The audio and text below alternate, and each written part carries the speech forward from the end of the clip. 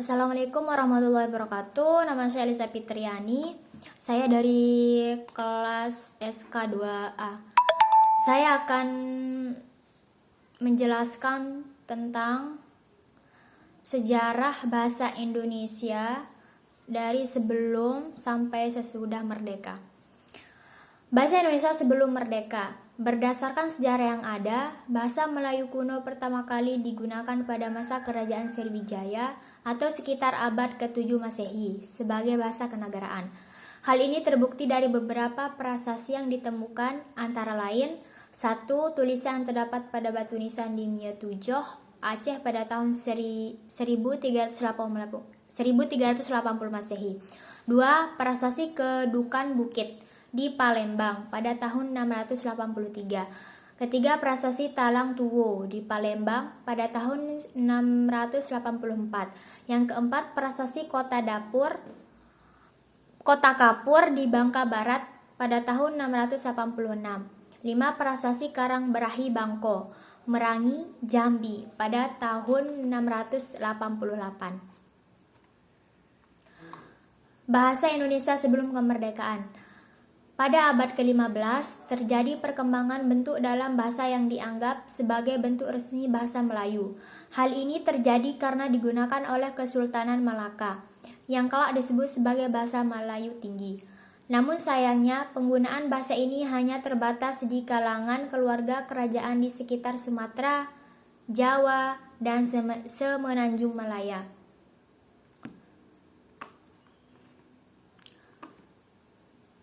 Akhirnya di penghujung abad ke-19, pemerintah kolonial Hindia Belanda melihat bahwa bahasa Melayu Tinggi dapat digunakan untuk membantu administrasi bagi kalangan pegawai pribumi. Pada periode ini mulai terbentuklah bahasa Indonesia yang secara perlahan terpisah dari bentuk semula bahasa Melayu Riau Johor. Bahasa Melayu di Indonesia kemudian digunakan sebagai lingua franca atau bahasa pergaulan. Namun pada waktu itu belum banyak yang menggunakannya sebagai bahasa ibu. Bahasa ibu masih menggunakan bahasa daerah yang jumlahnya mencapai 360 bahasa. Namun seiring dengan perkembangan zaman, sekitar awal abad ke-20, bahasa Melayu pecah menjadi dua. Di tahun 1901, Indonesia di bawah Belanda mengadopsi ejaan Van Ophuijsen. Sedangkan pada tahun 1904, Malaysia di bawah Inggris mengadopsi ejaan Wilkinson. Sejarah ejaan bahasa Indonesia.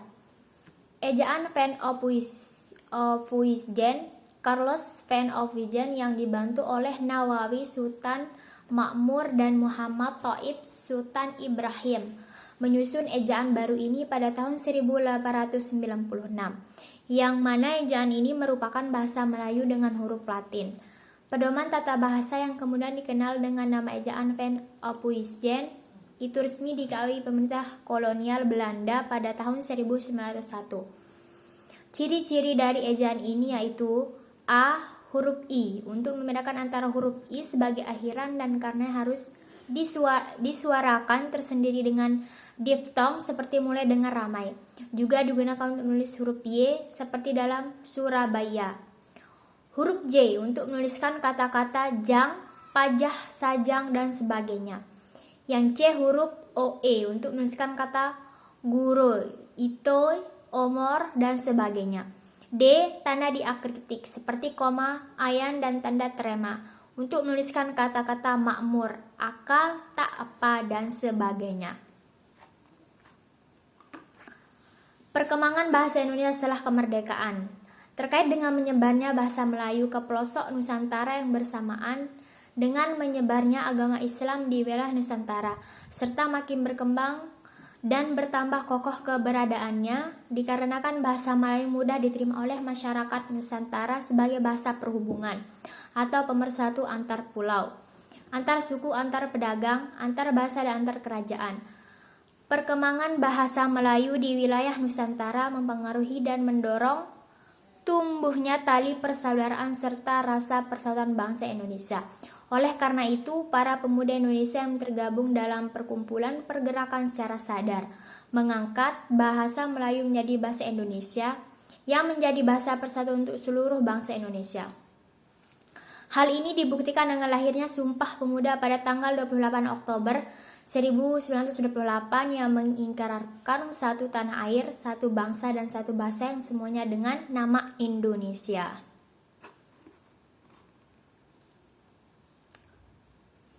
Perkembangan bahasa Indonesia setelah kemerdekaan. B. Ejaan Republik. Ejaan Republik atau dikenal juga dengan nama ejaan Suwendi, seorang Menteri Pendidikan dan Kebudayaan kala itu adalah ketentuan ejaan dalam bahasa Indonesia yang berlaku sejak 17 Maret 1947. Ejaan ini mengganti ejaan sebelumnya, yaitu ejaan Van of Vision yang mulai berlaku sejak tahun 1901. Huruf OE diganti dengan U pada kata-kata guru, itu umur, dan sebagainya. Bunyi hamzah dan bunyi sentak ditulis dengan K pada kata-kata tak, pak, rakyat, dan sebagainya. Kata ulang boleh ditulis dengan angka 2 seperti pada kanak-kanak berjalan-jalan ke barat-baratan. D awalan di dan kata depan keduanya ditulis serangkai dengan kata yang mendampingnya. Perbedaan antara ejaan dengan ejaan Van of Vision ialah huruf OE menjadi U seperti pada guru. Banyak bunyi hamzah dan bunyi sentak yang sebelumnya dinyatakan dengan huruf petik ditulis dengan K seperti kata-kata Pak, maklum, rakyat. D, E, C, kata ulang boleh ditulis dengan angka 2 seperti ubur-ubur, bermain-main, ke barat-baratan. Awalan di dan kata depan di keduanya itu serangkai dengan kata yang awalannya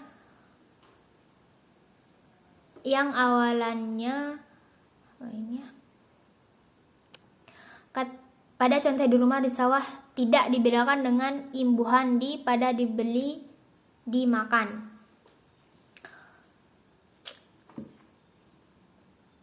Selanjutnya, perkembangan bahasa Indonesia setelah kemerdekaan. C. Ejaan yang disempurnakan EYD. Ejaan yang disempurnakan EYD adalah penyempurnaan ejaan bahasa Indonesia yang berlaku sejak tahun 1972. Ejaan ini menggantikan ejaan sebelumnya, yakni ejaan Republik atau ejaan Suwandadi. Pada tanggal 16 Agustus 1972, berdasarkan keputusan Presiden nomor 57 tahun 1972, berlakulah sistem ejaan Latin atau Rumi dalam istilah bahasa Melayu Malaysia bagi bahasa Melayu dan bahasa Indonesia. Di Malaysia, ejaan baru bersama ini dirujuk sebagai ejaan Rumi bersama ERB. Selanjutnya, Departemen Pendidikan dan Kebudayaan menyebarluaskan buku pedoman pemakaian berjudul Pedoman Ejaan Bahasa.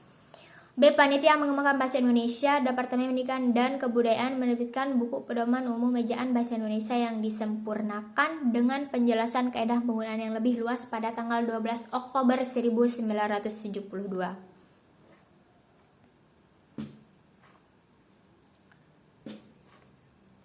Baik. Bahasa Indonesia dinyatakan lahir pada 28 Oktober 1928, adanya bulan bahasa di bulan Oktober, awalnya di bahasa Melayu serumpun dengan Malaysia. Undang-Undang Nomor 24 Tahun 2009 tentang bendera, lambang, bahasa, lagu kebangsaan, isinya tentang bendera, bahasa, dan lambang negara serta lagu kebangsaan. Bahasa Indonesia sebagai bahasa resmi. Pasal 25 ayat 3, bahasa Indonesia sebagai bahasa resmi negara sebagaimana dimaksud dengan pada ayat 1. Penggunaan bahasa Indonesia tulis 1. Pasal 31 ayat 1, bahasa Indonesia wajib digunakan dalam nota kesepahaman atau perjanjian yang dimiliki lembaga negara, instansi pemerintah Republik Indonesia, lembaga swasta Indonesia atau perseorangan warga Indonesia. Ayat 2, nota kesepahaman atau perjanjian sebagaimana dimaksud dengan pada ayat 1. Penggunaan bahasa Indonesia tulis 2. Pasal 34, bahasa Indonesia wajib digunakan dalam laporan setiap lembaga atau perseorangan kepada instansi pemerintah. Bahasa Indonesia tulis 3. Pasal 35 ayat 1, bahasa Indonesia wajib digunakan dalam penulisan karya ilmiah dan publikasi karya ilmiah. Bahasa Indonesia tulis dan lisan. Pasal 33 ayat 1, bahasa Indonesia wajib digunakan dalam komunikasi resmi di lingkungan kerja pemerintah dan swasta. Bahasa Indonesia lisan. Pasal 32 ayat 1, bahasa Indonesia wajib digunakan dalam forum yang bersifat nasional atau forum yang bersifat internasional Indonesia. Ayat 2, bahasa Indonesia dapat digunakan dalam forum yang bersifat internasional di luar negeri. Baik, itulah ringkasan dari saya tentang sejarah perkembangan bahasa Indonesia dari sebelum dan setelah kemerdekaan. Sekian, wassalamualaikum warahmatullahi wabarakatuh.